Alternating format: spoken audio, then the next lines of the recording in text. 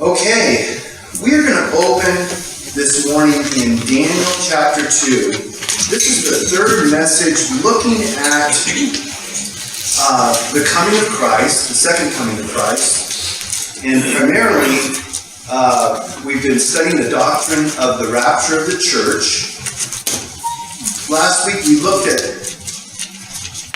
Jesus coming for the Jews to set up his kingdom, and also part of his coming to set up his kingdom is to establish a rule and reign from Jerusalem for 1,000 years, in which the nation of Israel will have their Messiah back, and will have their Messiah here to rule and reign over the earth with his church. His church is going to come back with him, but Israel is going to be his focal point when he comes back at the end of the tribulation period to save the Jews from destruction and annihilation by the Antichrist. I'd like you to open up in Daniel chapter 2. We're going to start in verses 44 to 45 as we look at the kingdom of Jesus Christ and what that kingdom is going to look like. This is kind of an overview of the timing of the tribulation period. We're going to look at some Old and New Testament, and then next week we will do one final message on this subject, and we will look at the different doctrinal positions related to the timing of the rapture of the church, and the focal point of that message next week is going to be why we believe in a pre-tribulation rapture, and presenting scriptural evidence, which I think is pretty overwhelming. Of course, there's many people who disagree with us, good people who disagree with us on the timing of the rapture, but why we believe, and I believe, in a pre-tribulation rapture. But you have to kind of get the whole picture before you just zero in on the timing of the rapture of the church, and that's what I'm trying to do here for the last couple of weeks. So we're in Daniel chapter 2. And really, this is a continuation of last week's message. I actually had to stop my sermon and just put a line in it last week because I ran out of time. So this is just kind of continuing where I left off last week in my notes. Daniel chapter 2, verses 44 to 45 say this. And in the days of those kings, the God of heaven will set up a kingdom which will never be destroyed, and that kingdom will not be left for another people. It will crush and put an end to all these kingdoms, but it will itself endure forever. Inasmuch as you saw that a stone was cut out of the mountain without hands, and that it crushed the iron, the bronze, the clay, the silver, and the gold, the great God has made known to the king what will take place in the future. So the dream is true, and its interpretation is trustworthy. Now this is a prophecy that was given by the prophet Daniel, really by the Lord, to the king of Babylon, Nebuchadnezzar, who had a dream that he couldn't understand. He called his soothsayers and his sages and his magicians and his wise men, and he ended up calling this young Hebrew man from Israel that was taken in captivity from Judah at the Babylonian captivity, who was able to interpret his dream. And what God showed Nebuchadnezzar through the dream, and really Daniel, who came to interpret the dream and then really shared it with all of us, is what was going to happen in the future related to the future kingdoms of the earth and political powers of the earth. And without going into a whole bunch of detail of that, because I don't want to get stuck here, he basically revealed to him that there was Babylon, who Nebuchadnezzar was the head of. He was the king of Babylon, which was the most powerful empire at that point in the history of the world, really. Even more powerful than Egypt was before the Babylonians came on the scene, and more powerful than the Assyrians, who came after the Egyptians and before the Babylonians. But after Babylon, you had the Medo-Persian Empire that was revealed. This is again in Daniel's time, before the Medo-Persian Empire existed. God was showing that that's the order. It was going to be the Babylonians, then it was going to be the Medo-Persians, then it was going to be the Greek Empire with Alexander the Great, Then it was going to be the Roman Empire. And the Roman Empire was going to really continue in some form or fashion all the way until the final empire which comes, which we just read about in verses 44 and 45, which is the kingdom of God that comes to the earth that is like a stone that smashes all the other kingdoms. He said it's not left for another people, this kingdom that's coming. It will crush and put an end to all these kingdoms, but it will itself endure forever. It was a stone that was cut out of a mountain without hands that crushed the iron, the bronze, the clay, the silver, and the gold, because that was the metals of the statue and the composite makeup of the statue that God was showing Nebuchadnezzar, and then Daniel interpreted the kingdoms that were coming in their order. And the final kingdom that was to come, that is prophesied to come, is the kingdom of God, which is going to come to the earth and smash and destroy all of the power and the glory of all of the kingdoms before it. And this kingdom will have no end. It's a kingdom that's going to last forever. And we know that only God can rule over a kingdom that's going to last forever. Because if it was just a man-made kingdom, whether it's the American prowess or the great British Empire, or you could go back through history, the Roman Empire, or Alexander the Great's empire, or the Egyptian empire, they all come to an end eventually, and someone else takes over. Well, not so with God's kingdom. It's going to come, and it's going to wipe out and destroy and crush all of the other kingdoms that came before it, and it will itself endure forever. And part of this kingdom is a king. And the king who's going to rule over this kingdom is Jesus Christ. And so this is what we are looking at. And this is not only a New Testament doctrine. This is not just a doctrine of the Christian church. This is a doctrine that goes all the way back in the Bible, from Genesis to Revelation. God is talking about his rule over the earth, which is a future kingdom to come, where there will be righteousness and justice finally on the earth. In Daniel chapter 9, you don't have to hold your place there in Daniel chapter 2. In Daniel chapter 9, God also reveals the future to Daniel in another separate prophecy later in his life. And this is the prophecy concerning the 70 weeks of Daniel. And this is very relevant to the subject and the topic of the kingdom of Jesus Christ coming to the earth. Daniel chapter 9 and verse 23. I'm going to read 23 to 27, and then we're going to go back and look at each verse here. And this is a very interesting subject if you've never heard this taught or studied it. It's fascinating, because this was given to us 550 years before Christ. So this is a 25 or 2600-year-old prophecy. And you'll see how relevant it is for the future time. Daniel 9:23.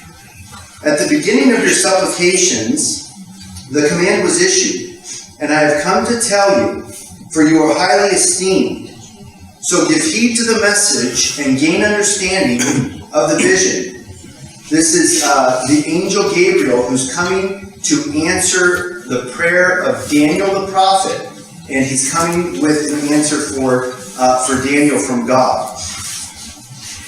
He says, verse 24, 70 weeks or 70 sevens have been decreed for your people and your holy city, to finish the transgression, to make an end of sin, to make atonement for iniquity, to bring in everlasting righteousness, to seal up vision and prophecy, and to anoint the most holy place. So you are to know and discern that from the issuing of a decree to restore and rebuild Jerusalem until Messiah the Prince, there will be 7 weeks and 62 weeks, or 69 weeks. It will be built again with plaza and moat, even in times of distress. Then, after the 62 weeks, the 7 and 62 in that order, the Messiah will be cut off and have nothing. And the people of the Prince who is to come will destroy the city and the sanctuary, and its end will come with a flood. Even to the end there will be war. Desolations are determined. And he will make a firm covenant with the many for 1 week, but in the middle of the week, he will put a stop to sacrifice and grain offering, and on the wing of abominations will come one who makes desolate, even until a complete destruction. One that is decreed is poured out on the one who makes desolate. And this is what Jesus refers to as the abomination of desolations. In Matthew chapter 24, the Olivet Discourse, Jesus refers to this prophecy, calling it the abomination of desolations, which was spoken of by Daniel. So what is this prophecy? What is the Lord showing Daniel? And through Daniel, what is the Lord showing us? So we see here in verse 24 that there are 70 weeks that have been decreed. So there's a time frame that's given. God doesn't always give times or set dates, but sometimes he does give time frames, and he does set dates. He can do what he wants. He's God. 77s have been determined. The Hebrew word for weeks is shavuim. And shavuim just literally means sevens. We've translated it weeks because our week is a 7-day week. It's 7 days equals 1 week. And so shavuim could mean 7 days. It could mean 7 weeks. It could mean 7 months, or it could mean 7 years. It just means 7 periods of 7. So when God says there's 70 periods of 7 which are decreed for your people, he's giving us a time frame. He's saying you can track this. I'm giving you numbers. I'm giving you actual chronology. 77s have been decreed for your people and your holy city. So notice that this is not for anyone else but the Jews. This prophecy is for your people. Who is Daniel's people? The Jews, Israel. And for the holy city. The holy city is what city? Jerusalem. So this is a specific prophecy to the Jews, to the nation of Israel, and to the city of Jerusalem. So you have to keep that in mind as you're studying prophecy. You have to keep things in their context. 77s have been decreed for your people, Daniel, that's Israel, your holy city, that's Jerusalem. To do what? To finish the transgression, to make an end of sin, to make atonement for iniquity, to bring in everlasting righteousness, to seal up vision and prophecy, and to anoint the most holy place. So these 6 things are going to happen when these 77s are completed. And we know that from reading this list of things that are going to come, prophetically going to come for the Jews, Israel, and for the holy city, which is Jerusalem, they haven't happened yet. 2,500 years, 2,600 years later. Transgression has not finished. Transgression still continues on for the Jews and all the rest of us. To make an end of sin. There's not been an end of sin. Sin continues on. For the Jews, for Israel, for Jerusalem, for all of us. To make atonement for iniquity. The atonement took place when Jesus came on the cross, but national Israel, have not received Jesus Christ's atonement yet. They will when he comes back the second time. To bring in everlasting righteousness. Again, everlasting righteousness will come when? When Jesus Christ, the righteous one, comes to bring it in his kingdom to the earth and establishes his kingdom in Jerusalem for Israel and for all the nations of the earth that are here after the tribulation period. And to seal up vision and prophecy. We have the whole book of Revelation still to go. So the vision and prophecy have not ended. It hasn't been sealed up yet. There's still a whole bunch of prophecy to be fulfilled. So this is still yet future, is the point that I'm trying to make. Hasn't happened yet. And to anoint the most holy place.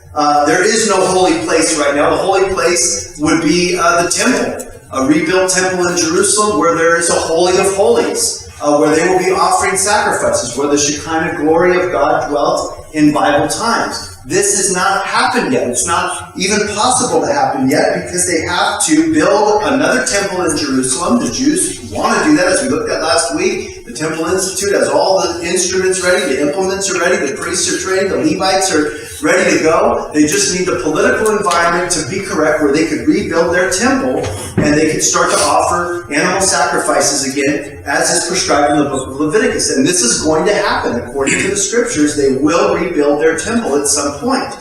And then when Jesus comes back to the earth, he will be there in his temple, and that's when the holy place will be anointed. So all of these are for the Jews and for Israel, and they're all future. Some of them we've experienced. Our iniquity has been atoned for through Jesus' blood and his sacrifice on the cross, but national Israel has not received him yet and his atonement yet. So these are future prophecies. So when we look at 77s, remember again, it's a period of 7, whatever it is, 70 periods of 7. We know that it's not 490 days, because 490 days is a very short period of time. We know it's not 490 weeks, 7-day weeks, or 490 months, because that's a very short period of time. We're already 2,500 years later, and this stuff has not happened yet.